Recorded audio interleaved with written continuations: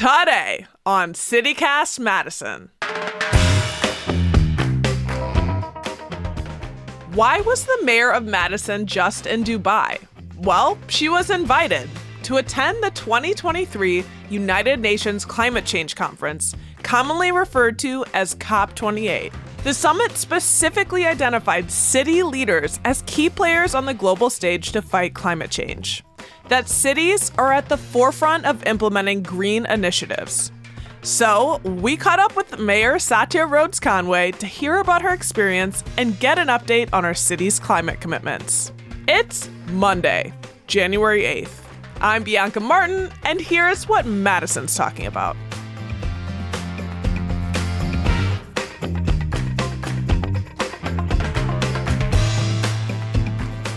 Mayor, hello. Hello, Bianca. So you attended the UN Climate Summit in Dubai last month. I did. The biggest climate conference ever held. Why did you go? Literally, it was huge. I think there was like 80,000 people there. Oh my God. Yeah, it was wild. I went because I'm the outgoing chair of climate mayors, and it was important for us to have a presence at COP, and in particular, important for cities to have a presence in the conversation about what's happening around climate on the international stage. It's the first one that I've been to, but in talking with other folks who have been to many of them, this is the first time that mayors were present in what's called the blue zone, which is you have to get credentials to be in the blue zone. It's the first time that there's a significant presence of mayors and what they describe as subnational leaders were there. And it's the first time that sort of subnational actions were really a big part of the conversation. And that's important because, whatever you think of the goals that different countries set around reducing climate pollution, there's no way that they meet them without cities taking action. Right. And cities have been such an important part of climate progress here in the US. And so we felt like it was really important for us to sort of be on that international stage and be part of the conversation and encourage countries all over the world to invest in city leadership and in city action as a part of meeting their goals. Yeah. And, we're the feet on the ground here. Yes, that's right. Yeah. Yeah. And was that a big expense for you and a group of staff, right? So there was myself and two staff that went. One of them went on her own as a professional development opportunity. But the cost for myself and the other staff person were paid by C40, which is the International Climate Mayors Group. Again, as they wanted a lot of mayors there, and so they funded a number of us to attend. That's huge. And I mean, I looked at that group. It was like 750 mayors across the U.S. Yeah. So Climate Mayors is got a significant membership. We've got a lot of mayors. And we started actually, it started as a relatively small group of big city mayors. But then when the former president declared that the U.S. was not going to participate in the Paris Accords and was not committed to meeting those goals, mayors and cities all across the country said, no, we are committed to doing that, and we are going to take the actions that we need to take to meet those goals. And we saw a huge increase in membership of climate mayors. You think about places like, New York or San Francisco maybe taking climate action, but there actually is a significant presence in the Midwest, and there's a lot that Midwestern cities are doing. And so we've had really great interactions with the federal government under the Biden administration. Lots of opportunities to impress upon them the importance of cities and climate action and to have really good substantive conversations. In fact, while I was at COP, had some really good conversations with folks from the Biden administration. It's a little ironic to go to Dubai to talk to folks who work in DC, but nonetheless, you take the opportunities that you're given. And then we do a lot of great exchange of knowledge and information between cities, learning from each other and taking our best ideas and adopting them in other places. You mentioned the Paris Accord. These big international climate summits, they forge global agreements, and you're talking about, cities taking a bigger stage there this year at the conference. Do you feel like it was successful, that it made an impact to have that city presence? Yeah, absolutely. I really do in a number of ways. I mean, first, anytime you get a bunch of mayors together, wherever they're from, they're going to start talking and sharing ideas and exchanging. Like here's what I did to meet that challenge, or here's this thing that I'm doing to reduce emissions, or and we learn from each other, and then we take those things home. So I took reams of notes, right? So I get all sorts of ideas. Yeah. What are some of your biggest learnings?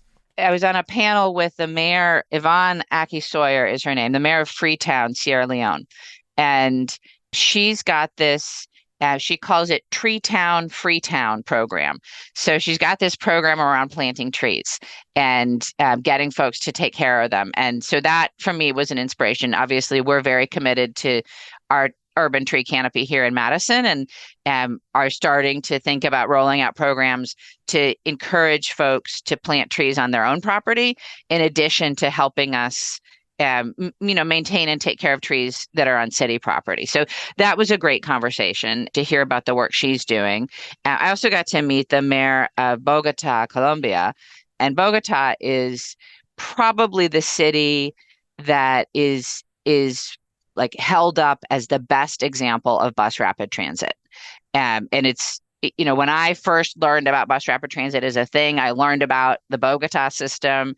And so she's not the mayor that instituted it, but she's been doing great things on transit and transportation since. And so it was great to talk with her and hear stories about what's going on in Bogota. So just a couple of examples, but that's only one reason that I think it was important to have a bunch of mayors there. It's also important for us to be able to talk to those national leaders that were present. And again, I had the chance to do that, talk to the head of USAID, talk to some folks from the Department of Transportation, talk to Ali Zaidi. He's the guy on climate in the White House.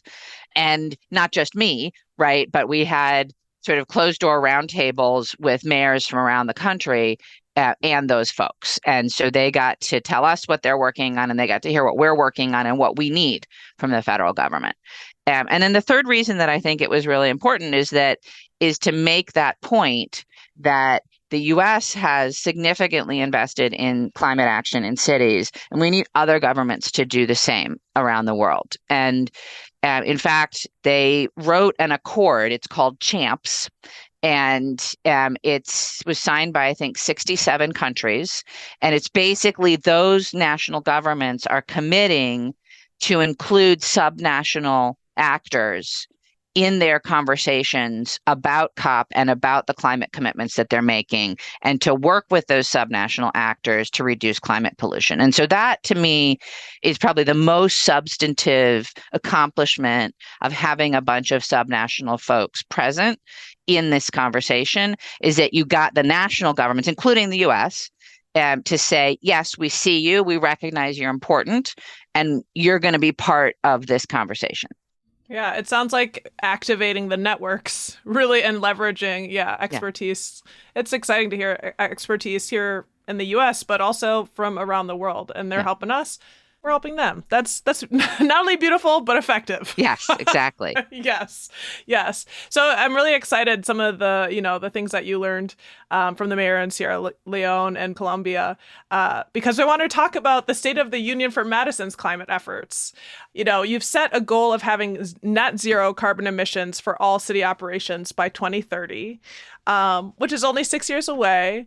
And one of the major steps towards that is the bus rapid transit system. We're all seeing the stations being built for the new system, and there's a lot of energy around it. What's the latest there? Yeah, so it is, from a climate perspective, it's actually possibly the biggest thing that we're doing, both because the buses will be all electric. So they're not going to be using diesel, which obviously is great for climate, but also just great for air quality overall. And because, the more robust of a transit system we have, the more likelihood we get people to drive less, which again is another source of significant emissions. And just, for background, I know you probably know this, but in Madison, as in most cities, the two biggest sources of climate pollution are our transportation. So that's our cars, and then also freight, and our built environment. And so that's mostly our heating, but increasingly our air conditioning in the summer as well. And so it's like, what do you heat with? You heat with natural gas, probably. Or maybe you heat with electricity, and that's coal right now. And so those are the two big sources of climate pollution. And so anything we can do to change people's transportation habits, to take transit, which is more efficient, to bike, to walk, to carpool, or even just trip change, so you're taking less trips, right? Makes a difference. Yeah. And so yes, the bus rapid transit's a significant contribution to that. And it's proceeding apace. We're expecting to take delivery on buses soon. And as you said, we've got the stations coming out of the ground. I think people have been a little confused about the progress on the stations, because on any given station, it looks like there's a flurry of activity and then it sits for a long time. And this is because it's actually, I didn't know this going in. It is actually more efficient to have, just for example, the folks who do the site work come through and do the site work on all of the stations. And then the folks who do the concrete work come through and do the concrete work on all of the stations, right? And then you see what I'm saying? So at any given station, it might not look like there's much going on, but actually what's happening is that the crew that does that work, the next step, is working their way through every station. And then the next crew works their way through every station. So they're doing it the most efficient way, the cheapest way. But it does look a little odd, I think. But anyway, lots of progress being made there. And I can't wait for the system to open.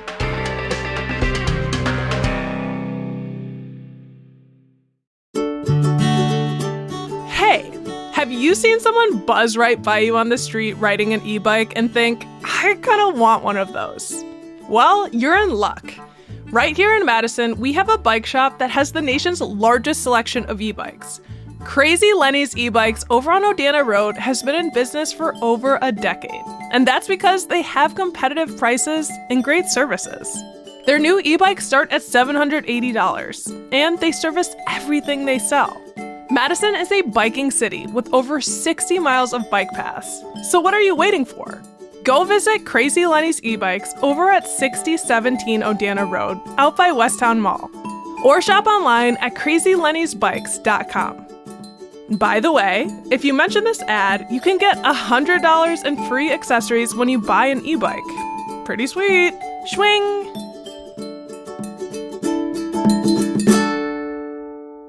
You know, you've been talking about how you were meeting with Biden officials. President Biden committed $400 billion through his Inflation Reduction Act to meet climate goals. And a lot of that money is coming to the cities to be implemented on the ground, right? And efforts. So we actually got infrastructure law money for both for the overall BRT system and for the buses to make sure they were going to be electric. And then we've gotten additional funding to put solar on the Metro bus barns and to buy additional electric vehicles, buses.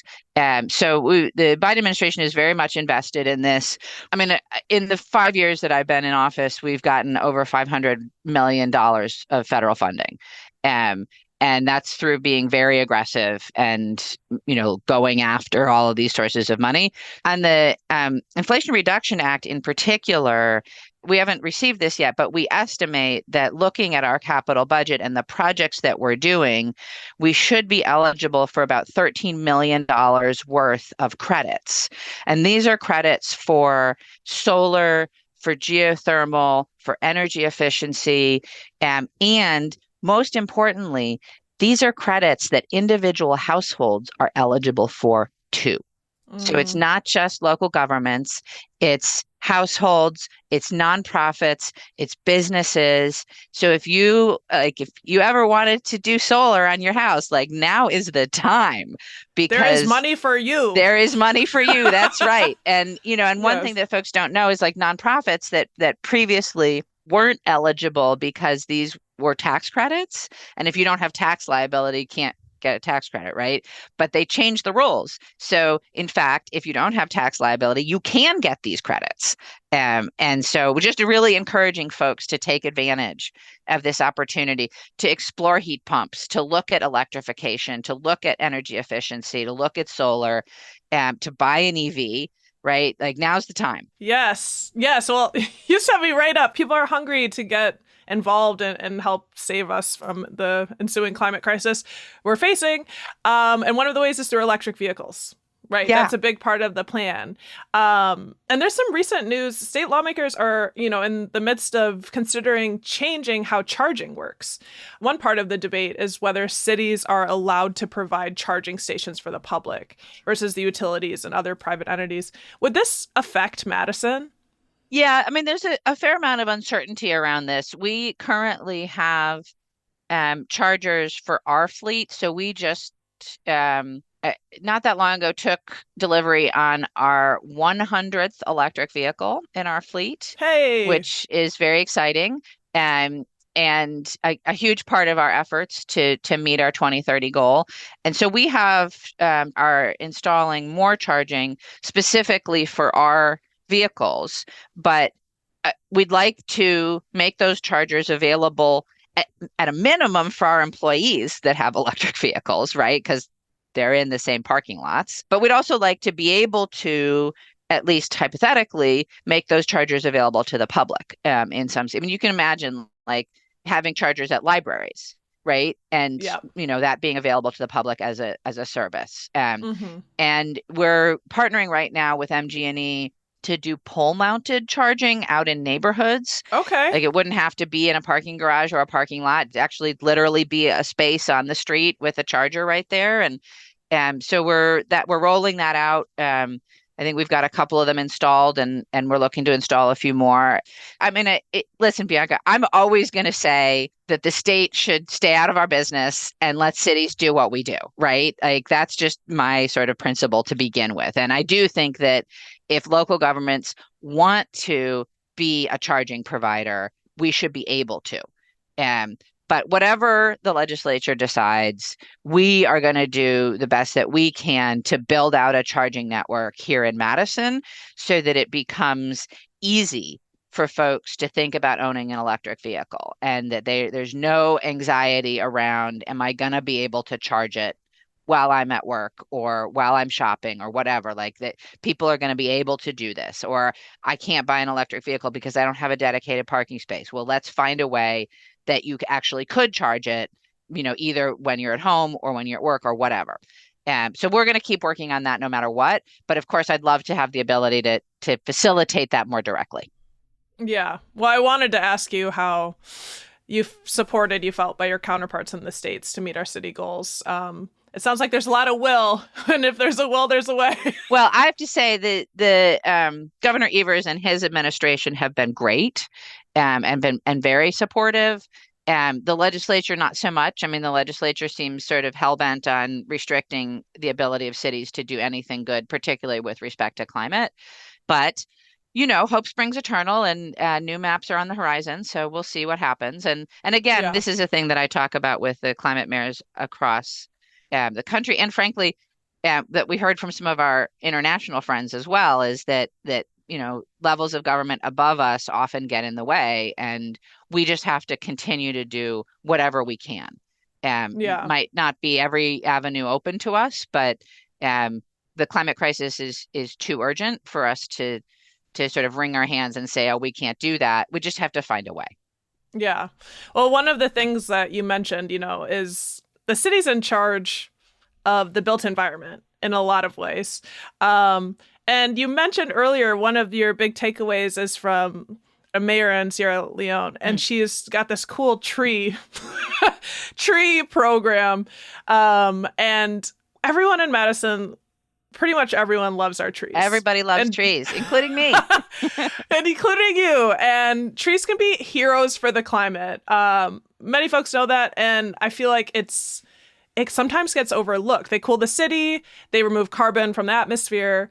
And I wanted to ask, does Madison have enough trees? No, of course. No, I mean, I don't think anyway.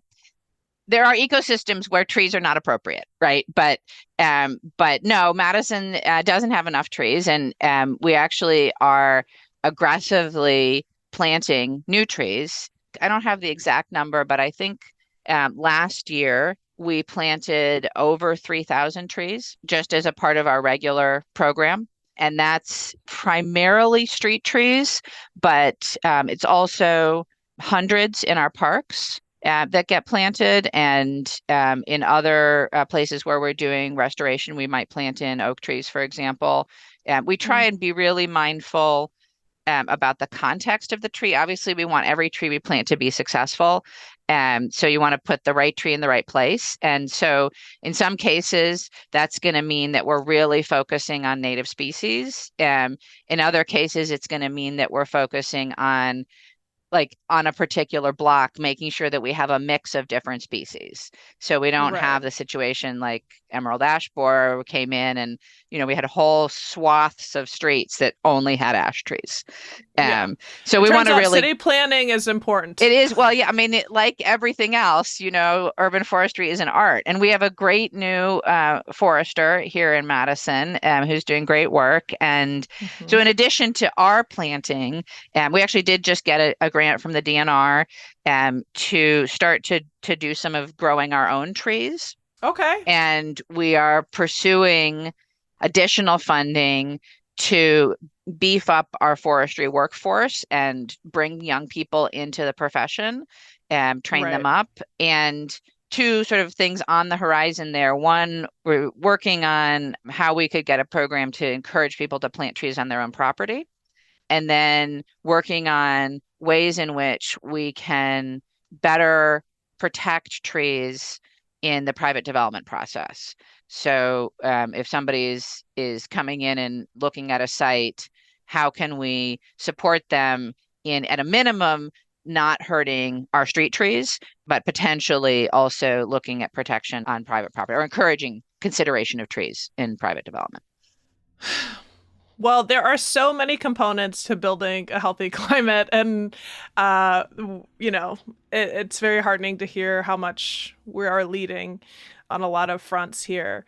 There are obviously extremely significant challenges and a lot of existential dread and hoping to meet our goals. Do you think that we're on track to meet our goals by 2030? I think the city is, yeah. I mean, we're at about 75% renewable electricity use right now. And our green power program, where we train up folks that are non-traditional workers in the trades to install solar panels, is going full force.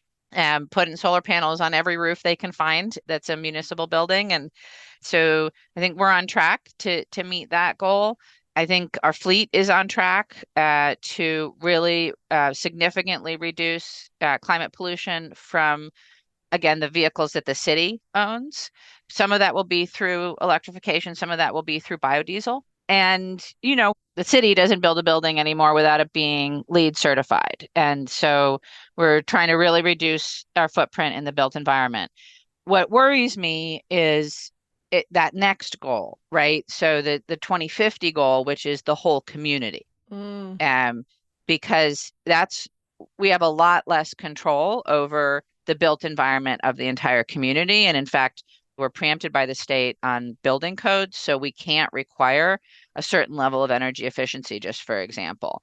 So we're building buildings today, like buildings are being built in the city of Madison today that are not as energy efficient as they should be. And those buildings will be around for 50 years, right? So that is what I worry about. And that is one of the things that we need the state to do, is to improve our building codes, and would love it if they would give us the ability to exceed the state building code and have stricter requirements. I don't really think that's going to happen, but a girl can dream. Um, so that's the one that I worry about. And it's the one that the community can help with, right? And so, we talked about individual choices that folks make around transportation, um, and the opportunity to take advantage of the Inflation Reduction Act credits for your built environment. We also have for folks that rent we have a program called Efficiency Navigator, which it does require the landlord to participate, but city will come in, and this is all grant funded, and we will evaluate for energy efficiency, and come in and do air sealing and insulation and appliance replacement and evaluate for solar and look at indoor air quality. And so this has been a great program for naturally occurring affordable housing. So that's also an opportunity for folks. We've got the Madison program, which can help you put solar on your roof if you want to do that. And everybody who's got a good solar window should definitely do that. We got the food scrap collection program. I mean, composting is a great way to reduce your climate pollution footprint. Lots of things folks can do. And that's how we're going to reach the bigger goal of reducing our entire community's footprint. You gave us some great things that we can get involved with, and we're leaving on a moment of hope, which is exactly, where we should be. Mayor, thank you so much for giving us the State of the Union on Madison's climate and updating us on your trip. Thank you, Bianca. It's a pleasure. That's Madison Mayor Satya Rhodes Conway. If you want to check out some of the green opportunities the mayor talked about, go visit our show notes for links. There are a ton of great resources to help you get started.